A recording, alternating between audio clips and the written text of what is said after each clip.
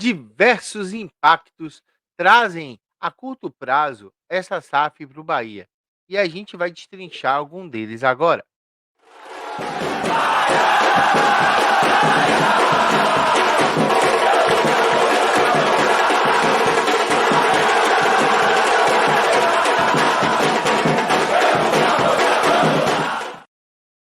Fala galera do YouTube, beleza? Eu sou o João e esse é o canal João Bahia, o canal de torcedor para torcedor.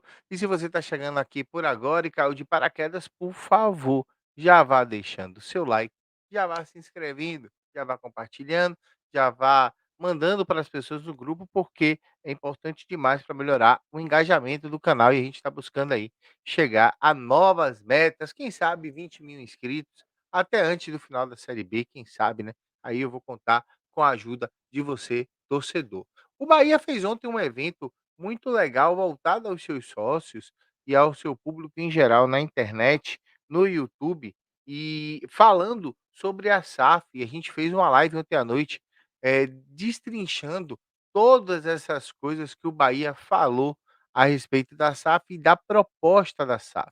Muitas coisas me agradaram e a gente conversou muito sobre isso também em live ontem. Mas eu queria destacar algumas coisas, e é muito importante a gente abrir os olhos positivamente para isso e entender que essas coisas são de fácil entendimento e de boa maneira.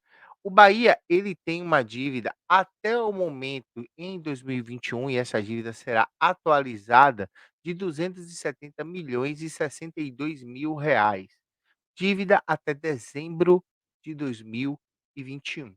Essa dívida ela será atualizada monetária, vai ter atualização monetária sobre essa dívida, né, com correção monetária. E o valor que o Bahia dispõe, que receberá para dispor de pagamento de dívidas, segundo a primeira apresentação de Guilherme, é de 300 milhões de reais. Foi informado ontem também que esse valor de 300 milhões, ele será equiparado à correção monetária da dívida, porque essa dívida ela pode influenciar e qual o impacto disso a médio e curto prazo para o Bahia. Entendendo um pouco de matemática, entendendo um pouco de futebol, como eu entendo um pouco, não entendo muito, o Bahia zerará o seu passivo de dívidas, deixando para ser pago em até 3 anos uma parte pequena delas. Uma outra parte que a gente precisa entender é que 190 milhões serão destinados para pagamentos automáticos dessas dívidas. Olha, então a gente vai ter aí 190 milhões de coisas que vão ser quitadas automaticamente. Para que isso aconteça, eles dividiram em dívidas de fechamento e dívidas-alvo, né? E as condições que o investidor deram para o Bahia continuar com essas dívidas de fechamento e pagar, é o Bahia continuar no PERSE, que é o programa de parcelamento que ele fez, e estar em dia, e estar adimplente com o Opportunity. E aí eu quero trazer para vocês a memória daquilo que eu falei lá atrás. A dívida do Opportunity era uma dívida impagável, era uma dívida que colocaria o Bahia com uma bigorna de 1.000 toneladas no pescoço e jogaria o Bahia no oceano, e o Bahia afundaria e fecharia as portas. O presidente do Bahia negociou essa dívida e fez com que essa dívida se tornasse uma dívida pagável, com um valor de 35 milhões, divididos em parcelas suaves de 420 mil, uma coisa assim. Massa. Essa dívida se tornou pagável, pagável para a associação e muito mais ainda para a SAF, porque a SAF entra e paga essa dívida. E o Bahia vai solicitar ao BASA, assim que a dívida for paga, que o BASA emita um documento dizendo que, olha, eu não tenho mais nada a ver com o futebol do Bahia. Ponto. Eu não tenho nada mais a ver com o futebol do Bahia. Ponto. E aí o Bahia segue em frente com o pagamento dessa dívida. Antes disso, o Bahia tem um pré-acordo, uma grana que ele recebe de fechamento. Antes de fechar o contrato, o Bahia recebe 15 milhões e aí deve usar para fazer as suas coisas operacionais de dia a dia. Não sei como é que esse dinheiro vai ser utilizado, mas o Bahia vai investir, vai pagar as suas dívidas e vai estar adimplente. O Bahia não pode ter uma dívida de a dívida de fechamento do Bahia, ela não pode exceder a dívida alvo, que são dívidas que ainda estão em andamento, processos que ainda estão em andamento, coisas que ainda são necessárias fazer, coisas que ainda são necessárias ver se vai pagar mais ou menos, acordos e dentre outros. Essa dívida, ela não pode ultrapassar a dívida de fechamento em 12%, 12,5%. A dívida de fechamento não pode passar a dívida-alvo em mais de 12,5%. Eu acho que isso deve fazer sentido e as coisas devem ser pagas a essa maneira. Por que eu só estou falando de dívida? Porque futebol é dinheiro, povo.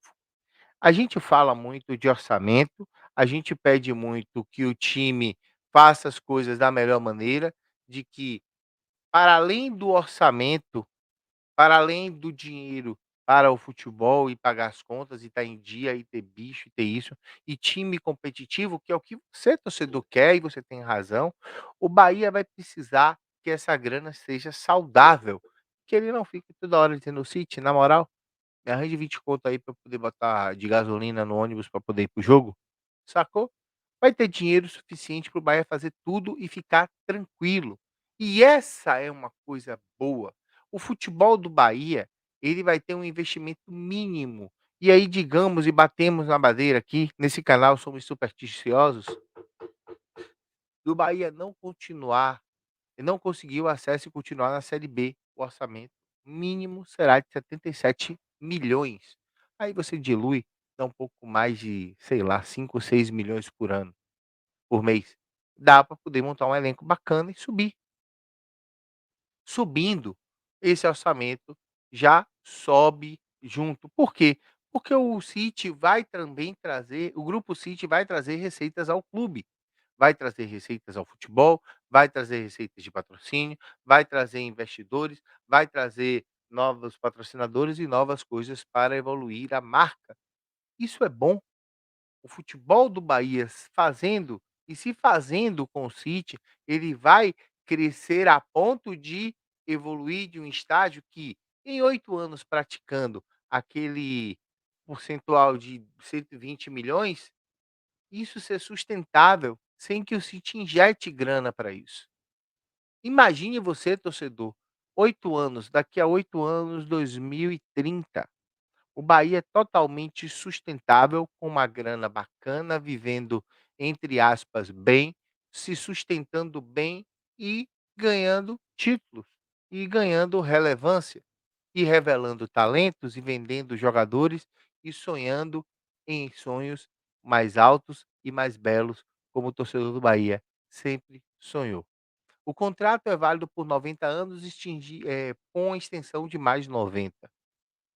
Guilherme, quando ele fala que vai ser um contrato para a vida toda, porque ele não vai viver daqui a 90 anos. Eu também não irei. E nem você que está assistindo o vídeo, talvez você mais novo, que está assistindo o vídeo aí, pode viver até 90 anos. E isso vai ser bacana, porque a gente vai contar de 2022 e vai ter uma expertise muito legal de que a gente sofreu muito para chegar aonde a gente chegou. Hoje à noite, às 8h30, terá uma live muito, muito, muito especial com o JP Lenglé, da Rádio Grêmio Estada Jovem, quando a gente vai fazer o nosso pré-jogo de Bahia e Grêmio. Sim, vai ter pré-jogo com o JP, ele é figurinha carimbada, menino que eu gosto muito, e vamos falar muito de Bahia e Grêmio. Eu peço que você que está aqui no meu canal, nesse momento, deixe aí o seu like, dê a sua opinião. Eu leio todos os comentários e dou coraçãozinho em todos os comentários. Se você tiver aí a benevolência de fazer uma ajuda financeira, tem o Pix, que está aí agora passando aqui, e tem também o Valeu Demais, que ajuda, incentiva e dá ao criador a possibilidade de ter um incentivo a mais para poder pagar as contas, comprar as coisas e adiantar o lado também na vida aqui fora. Deixe seu like, tamo junto, a gente se vê à noite com a live pré-jogo e bora Bahia. Tchau, tchau.